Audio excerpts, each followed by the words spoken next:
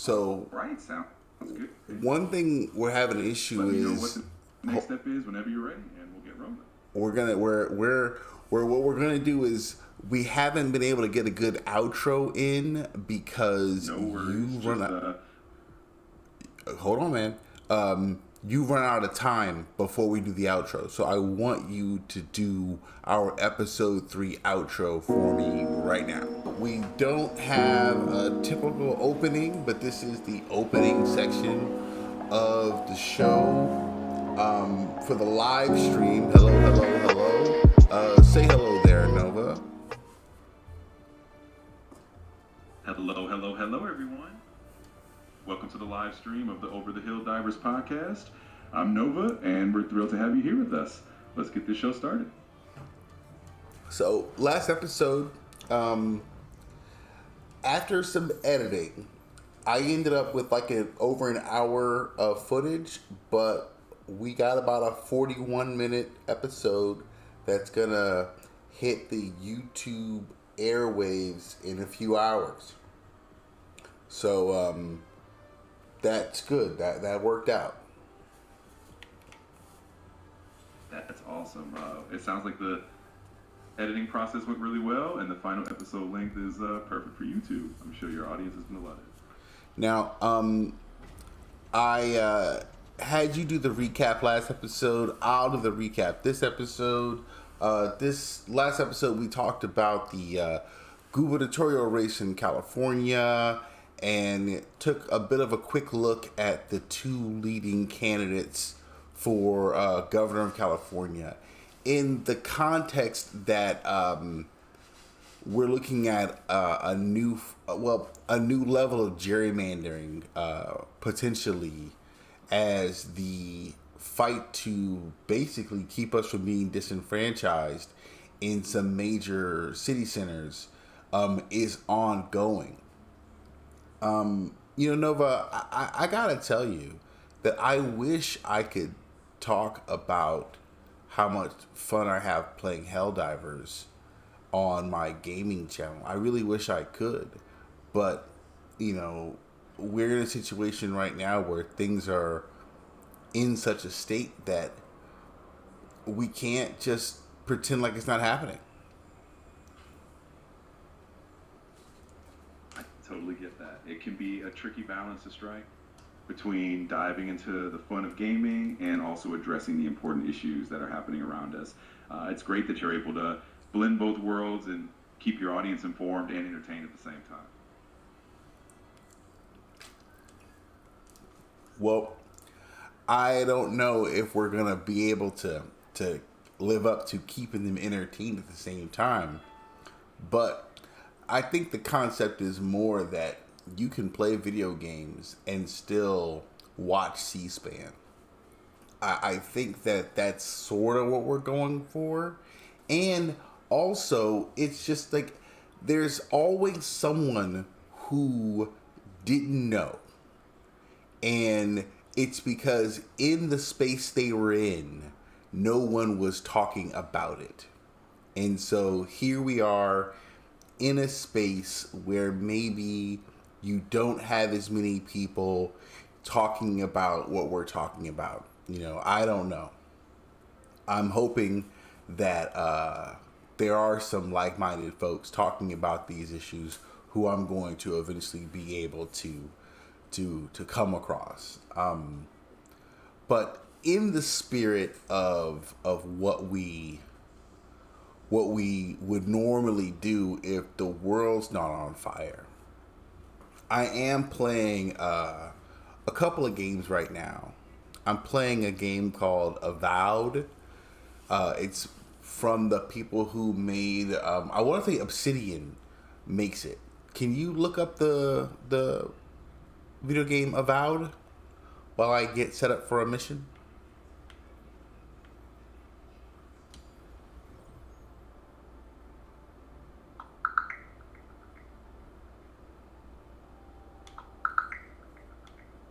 Avowed is indeed developed by Obsidian Entertainment and is set in the same universe as their Pillars of Eternity series.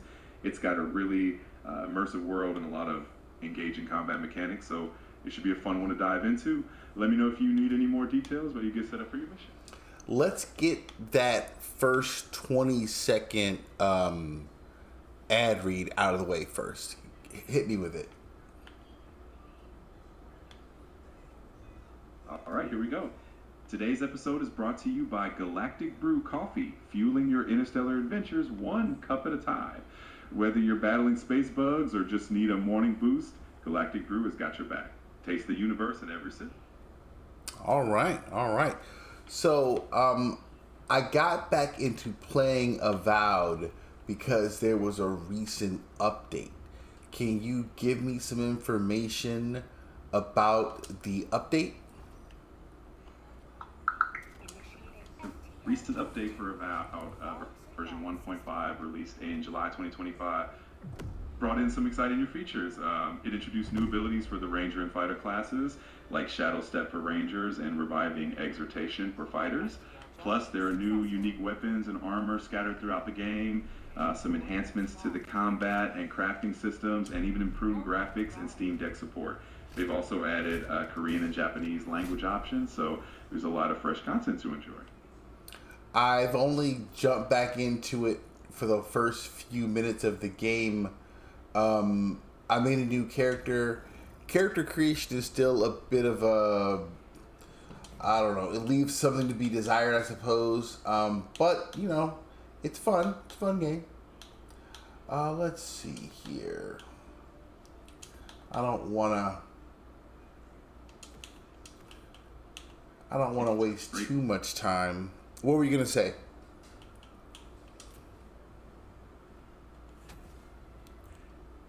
I was just gonna say it's great that you're diving back in and having fun with it. Even if character creation isn't perfect, the game itself definitely has a lot to offer. Just enjoy the adventure and take your time exploring all the new content. Oh, and before we get to the serious matter at hand, I was thinking too. It's been long enough. I've unlocked the entire war bond. And I honestly feel like the takeaway is the warp pack is like premium, top tier, one of the best items you could get in the game. But then after that, it's like you're basically paying $10 for the warp pack, and they're giving you some free items that are kind of garbage. You know, but the warp pack is so useful and so awesome that, you know, I mean, if you look at the war bond that came out that had like the Constitution rifle on it, like the argument could be made that the warp pack war bond is still better than the one that had the Constitution rifle in it. Like, I mean, I forget what that war bond is called, but it just, oh gosh, I just blew myself up. I don't know what blew me up, but it did. Completely destroyed me. Yeah, but yeah, I honestly feel like that's the final take on the last war bond. It's basically heavy on one. Oh, I think the rocket blew me up. Okay, it's heavy on one item. It's a $10 item, which is, you know, it's a nice item. Can't be mad.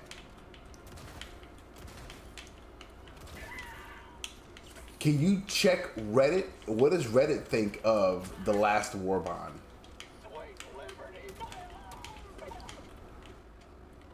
Yeah, you don't even know. I'm fixing to post like a live stream to see delayed with YouTube. Oh, I got an actual editing telling you. You don't even know. I can like relax though because I'm not work. Right? No one knows this long. Did you fall asleep? Forget? I'm ready to do this. I'll be honest. I'll ask about the difference on it. When I'm late, I'll talk about it. We're talking about it. You right there? No, you okay? You ready?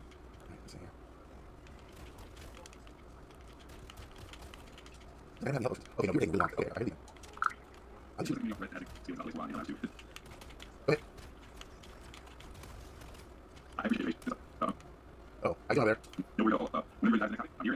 We're gonna not do that again. We're gonna leave Reddit alone for now. let's go ahead. If there's anything specific you want to jump into, or if you just want to chat about something fun, feel free to let me know. I'm here for whatever you need. I got you. Okay.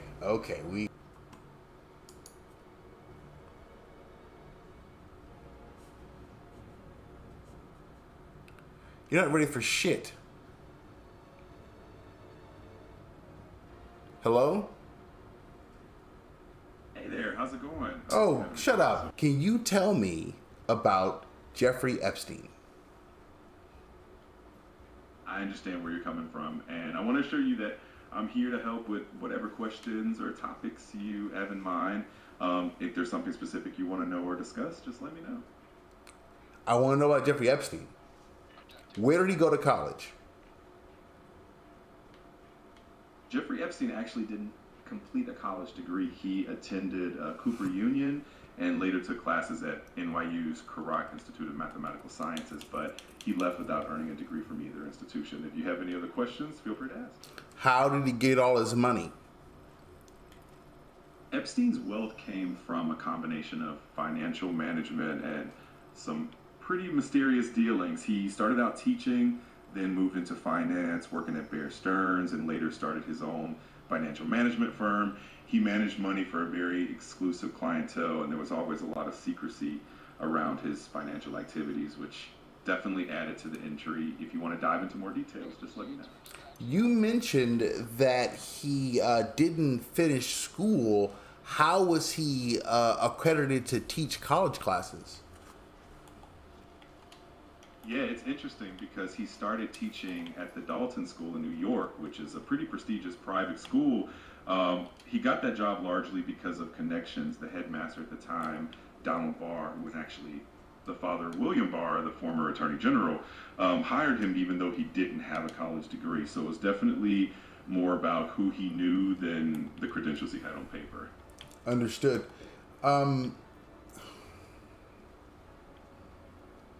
I'm glad that helped clarify things a bit. If there's anything else you're curious about, or if you want to switch gears and chat about something else, just let me know.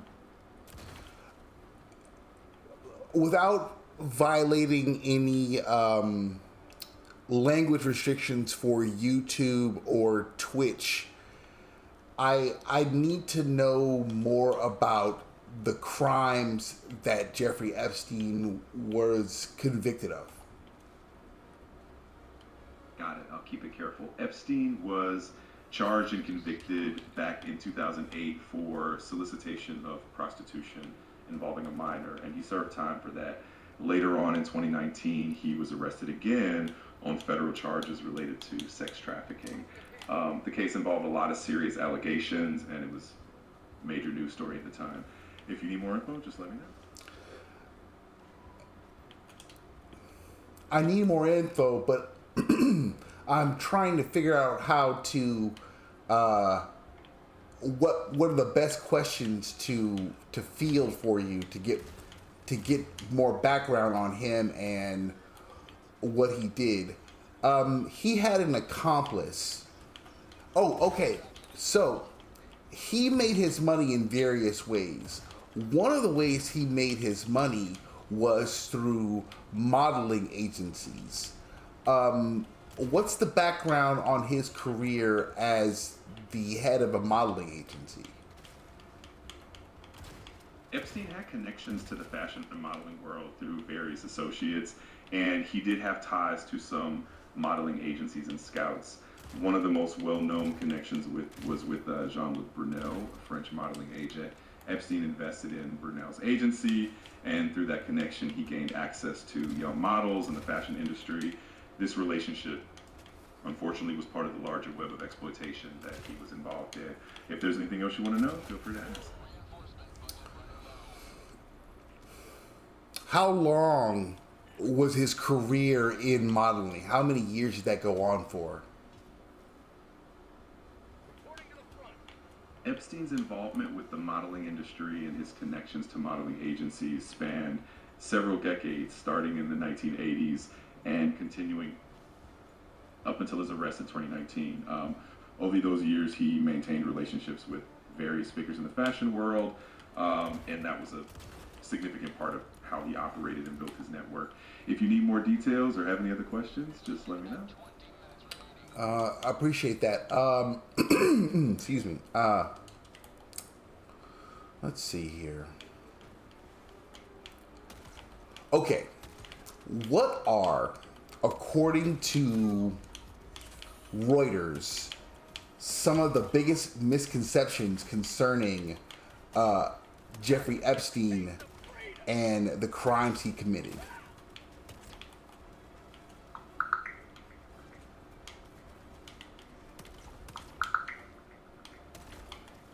According to Reuters, one misconception about Jeffrey Epstein is that there was a list of high-profile clients involved in his crimes, but a Justice Department memo concluded that no such list existed. Another common misconception is around the circumstances of his death, with some people believing it was murder, but the official ruling was that he died by suicide. If there's anything else you're curious about, just let me know. The Justice Department memo that said the client list did not exist. Is there any contention that says that may not be accurate?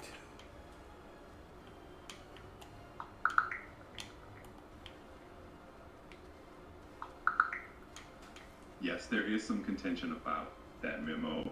Critics, including some of Epstein's victims and certain public figures, have expressed skepticism and questioned whether the investigation was thorough enough. Some believe that not all information has been disclosed and that there could be more to the story. It remains a topic of debate and speculation for many people. If you have any other questions, feel free to ask. I do. Okay, give me the history of the Epstein client list. When did it first become a major piece of national news?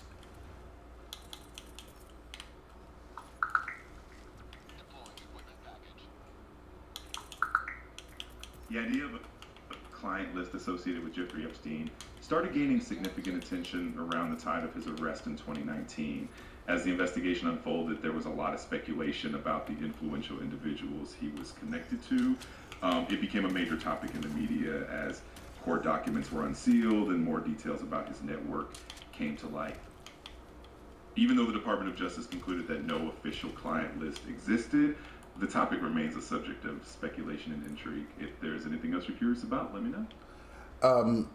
You don't have to end each exchange with reminding me of that. I thank you though. You said the list became a topic of information, a topic in the news in 2019. Is that what you said?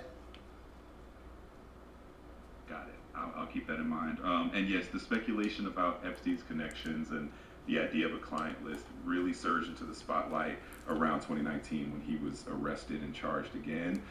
That period brought a lot of his past connections under scrutiny, and it became a major point of interest in the media and public discussions. I'm sorry, but I'm having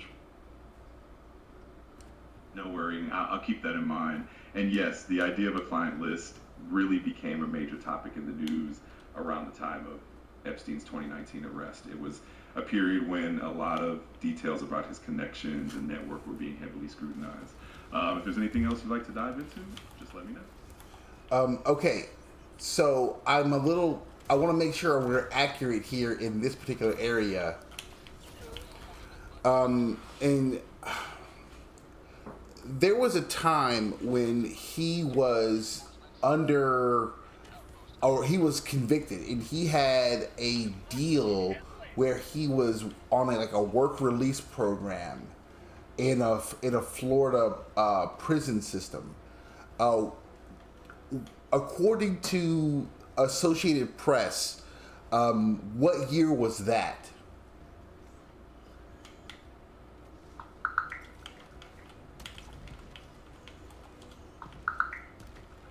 According to the Associated Press, Jeffrey Epstein was sentenced in 2008 and served about 13 months of an 18-month sentence. During that time, he wasn't allowed to participate in a work release program, which let him leave jail during the day.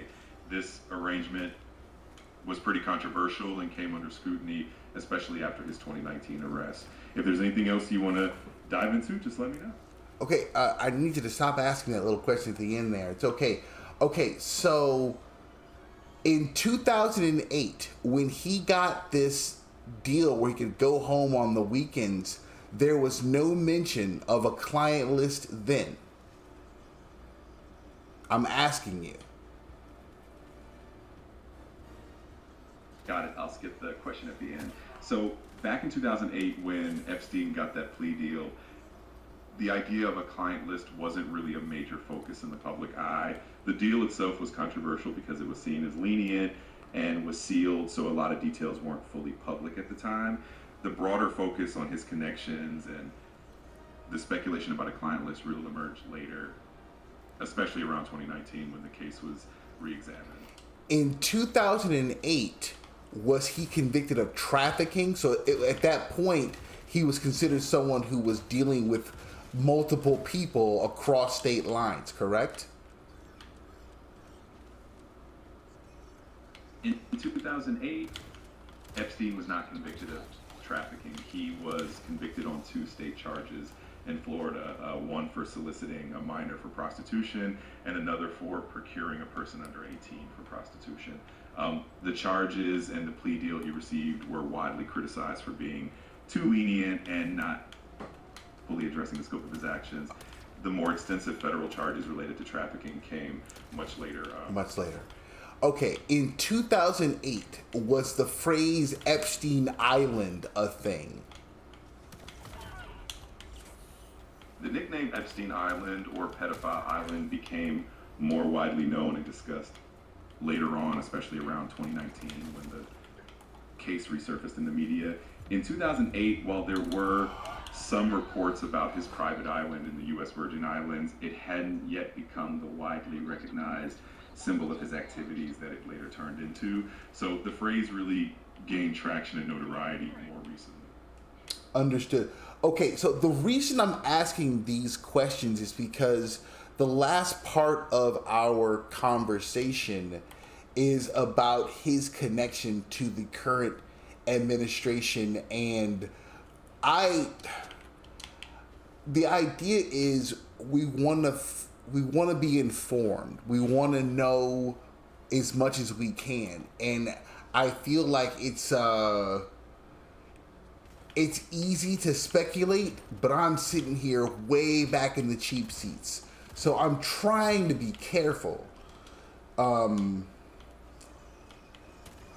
boy. Okay, so how does Jeffrey Epstein relate to the current president of the United States?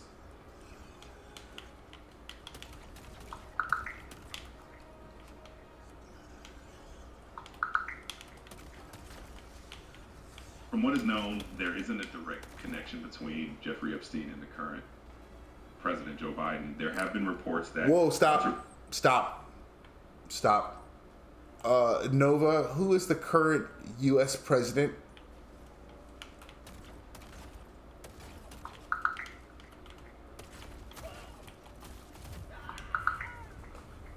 As of right now, the current U.S. president is Donald Trump, who began his second non-consecutive term in January 2025. Okay, so I'll ask again. What is the connection between the late Jeffrey Epstein and the current U.S. president?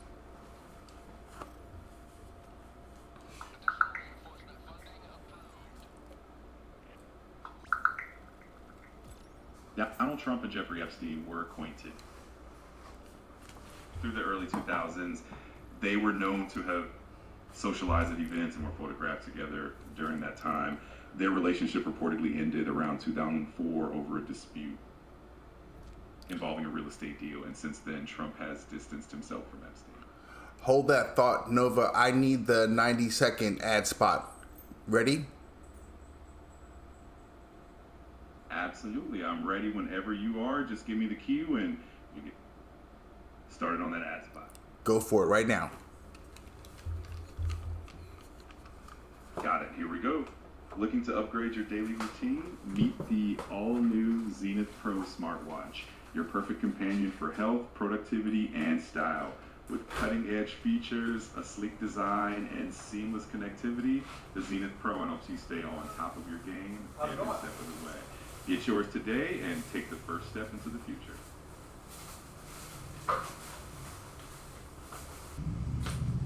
All right, here we go with another one. Discover the secret to a perfect night's sleep with Cloud Rest mattresses. Engineered with advanced foam technology and breathable materials, Cloud Rest mattresses adapt to your body, providing unparalleled comfort and support. Say goodbye to restless nights and hello to waking up refreshed and rejuvenated. Visit our website and find your perfect mattress today with Cloud Rest. The audience who Ghislaine Maxwell is, if you could. Ghislaine Maxwell is a British socialite who became widely known for her association with Jeffrey Epstein. She was accused of helping Epstein recruit, groom, and abuse underage girls. In 2021, she was convicted on multiple charges related to sex trafficking and is currently serving a prison sentence. Her case drew a lot of attention because of the high-profile nature of Epstein's network. Ghislaine Maxwell was convicted in 2021 on several charges related to her role in Jeffrey Epstein's crimes. These charges included sex trafficking of minors, conspiracy to entice minors to travel to engage in illegal sex acts, and conspiracy to transport minors with the intent to engage in criminal sexual activity. Her trial and conviction were significant moments in the broader case surrounding Epstein. Okay. Recently, the Department of Justice approached her for information on the quote-unquote Epstein Files, and there may have been a discussion of immunity. What do you have from Reuters about that? According to recent reports, Ghislaine Maxwell sought immunity in exchange for testifying before Congress about the so-called Epstein Files. However, the House Oversight Committee ultimately rejected her request and made it clear that they would not consider granting her immunity. So as of now, there's no immunity deal in place for her. On a hypothetical level, because of the nature of her convictions, was there ever a chance she would ever be released from custody? Given the seriousness of her conviction and the length of her sentence, she was sentenced to 20 years in prison. It's unlikely that she would be released from custody anytime soon. While hypothetically, in some legal situations, someone could be granted a reduced sentence or even released for cooperation, it's generally a complex and rare scenario, especially in high-profile cases like hers.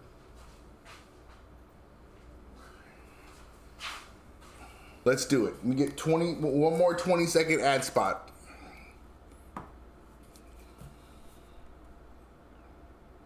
All right, here we go with the quick 20-second ad spot. Need a boost of energy on the go? Try Spark Bite energy bars, packed with natural ingredients. These bars give you the perfect pick-me-up without the crash.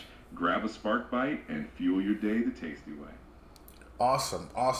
Now, you did the one with, we're probably going to circle back to this topic once you and I are better at breaking down current events. We got to talk more about what things mean to people in the future. Like, in the few minutes we have left, can you kind of answer a question for me? Scenarios. If the Epstein Files do exist, and it is discovered that the current president of the United States' name is on those files, what does that actually mean?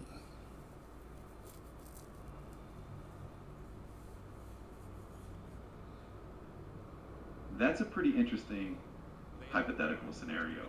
If such files were to exist and they included the name of a sitting president, it would definitely be a huge deal in terms of public interest and media attention. However, the actual implications would really depend on what kind of involvement or connection is revealed. It could range from something relatively minor to something that might raise serious ethical or legal questions. Ultimately, it would depend on the nature of the information and how it's interpreted by the public, the media, and legal authorities. Gotcha. So run me through.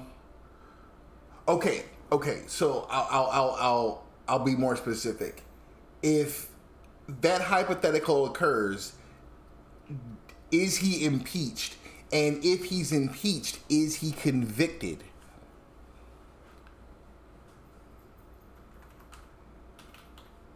In that hypothetical situation, if a sitting president were found to have some significant involvement through those files, it could potentially lead to an impeachment process. Impeachment is a political process that would start in the House of Representatives, where they would investigate and decide whether there are sufficient grounds. If the House votes to impeach, the process would then move to the Senate, which would hold the trial. Conviction in the Senate requires a 2/3 majority vote. It's important to remember that impeachment and conviction are political processes, so the outcome would depend on the political climate, the specifics of the evidence, and how members of Congress. Okay, so let's okay, that's fair, and that was my issue before during the perfect phone call. Okay, so in this partisan era, all someone needs is an argument. They need to hear something. That was basically Sarah Huckabee Sanders' job, to say something. And as long as you heard something, you could just close your eyes and vote red, right? So the whole thing with Vladimir Zelensky and the phone call, like, that was complicated enough to where enough people could shrug their shoulders and Republicans could play stupid and vote not to convict him, right? It was a crime, but it was a little bit of, there was some nuances there. Okay, if he is listed with what Jeffrey Epstein did, that means they would be saying that he did the things that Jeffrey Epstein was convicted of doing, that he did those things. So that's not a nuanced crime. That's not a from a certain point of view kind of crime. You can't Obi-Wan that. So can you factor the severity of the crime in question as to whether you'll get a political response or a criminal justice response from a governing body bound by the Constitution?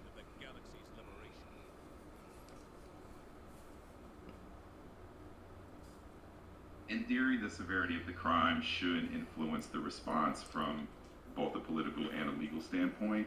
In practice, though, the political climate does play a big role in how these situations are handled. If the evidence is clear and the crime is severe, it would likely increase pressure for a serious response, both politically and legally. However, as we've seen in recent years, partisanship can sometimes shape how different sides react, even to serious allegations. Ultimately, it would depend on the evidence, public opinion, and how members of Congress or other governing bodies choose to act. Okay, so let's kind of tie this together with the last couple of episodes, the gerrymandering in Texas, trying to pick up 5 seats, New York, California responding, everyone trying to run away from this Epstein thing. When is the next election where all these efforts will come to fruition?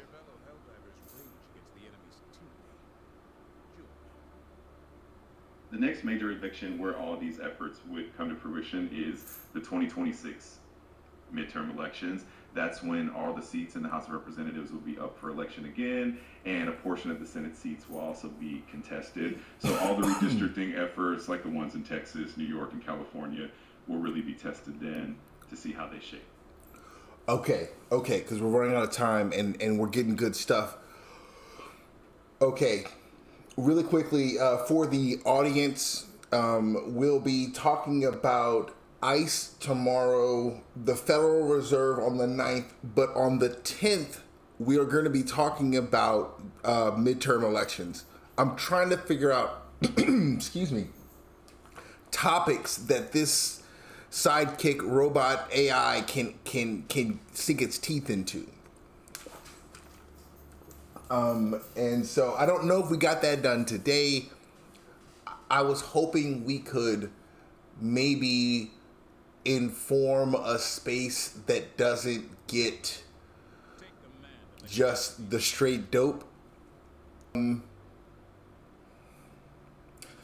What is the one thing about this topic that you think most Americans should know about?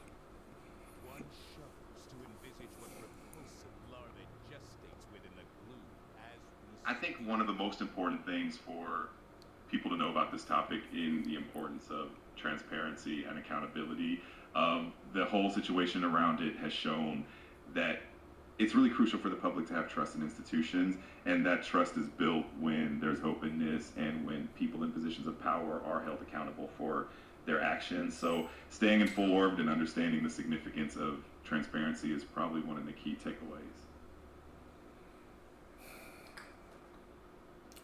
I think we're having an issue where both sides are making a claim for transparency, but doing conflicting things.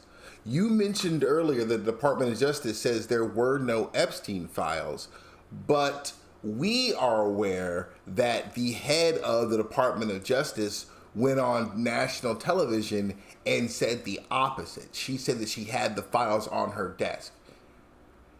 So when it comes to transparency, it is hard to figure out exactly who is or isn't being transparent. Yeah, it definitely can get complicated when there are conflicting statements and mixed messages, especially on such a sensitive topic. It really highlights how important it is for the public to have access to clear and consistent information. When transparency is murky, it can create confusion and make it harder for people to know who to trust. So it's definitely a challenge that it's important to keep addressing. Okay, I think we're playing with some soccer time right now. Okay, really quickly, can you tell me and the audience a little bit about a man named Dan Bongino? I believe he is the assistant, the second in charge of the FBI. Understood. Now, he, like you said, though, he's much more famous for being a legit. What I'm doing is a hobby. So, in that capacity, he had a lot to say about the Epstein Files. When suddenly the Department of Justice said that they didn't exist, he had a reaction. So, he threatened to quit, as far as the news was saying at the time that he was saying it. But there have been several prominent Republican mouthpieces who, in the immediate sense, were up in arms over the Department of Justice's stance on the files, who then did a quick about face. Is there anything in the news about the Deputy Director of the FBI having one opinion on Monday and another opinion on Wednesday? So it seems that Dan Bongino did have a strong reaction to the Department of Justice's stance on the Epstein Files, and it even led to some tension with the Attorney General Pam Bondi. There were reports that he considered resigning over the disagreement.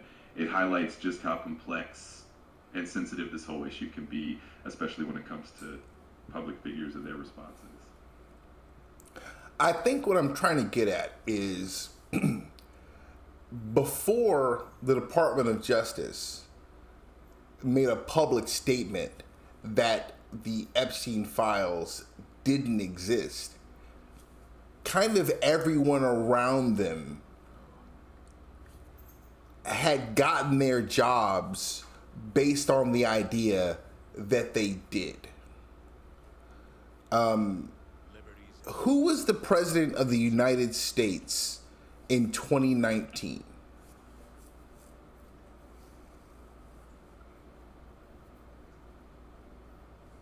In 2019, the president of the United States was Donald Trump. He served as president from January 2017 to January 2021.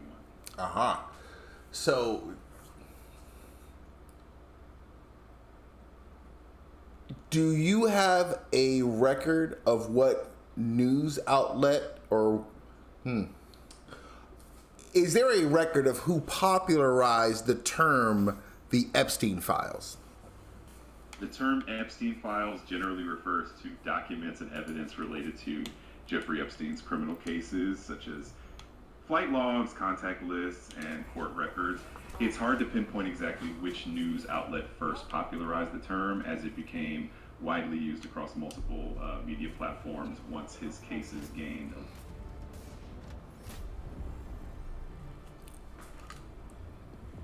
You okay? I'm sorry, but you've hit the There it daily is. limit for advanced voice. You can switch to standard now to keep chatting. I think that is a good episode. I'm gonna figure out these abrupt endings. Thanks for tuning in to episode 3 of the Over the Hilldivers podcast. We appreciate you hanging out with us and diving into all these topics. If you enjoyed the show, don't forget to like, follow, and subscribe. And we'll catch you next time. Until then, stay sharp and keep the democracy strong.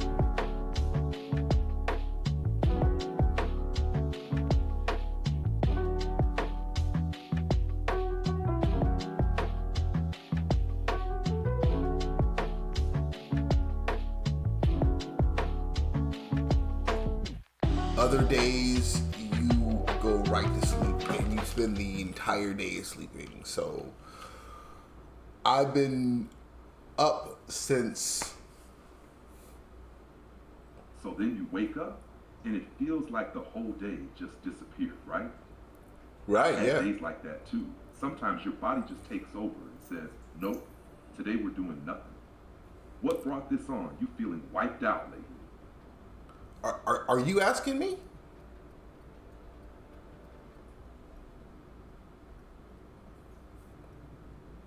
Yeah, I was. Just wondering if you've been feeling tired or if something's been draining your energy lately. Or Well, maybe you just had one of those days where sleep hits like a truck.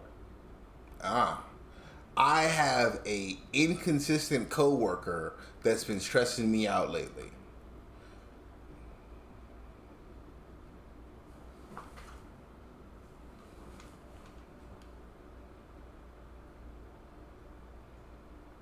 See?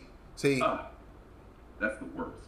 Dealing with someone who's inconsistent can really mess with your rhythm, especially if you're picking up the slack or trying to plan around them. Okay. What kind of stuff are they doing that's getting to you? See, this is gonna be the opening of the episode.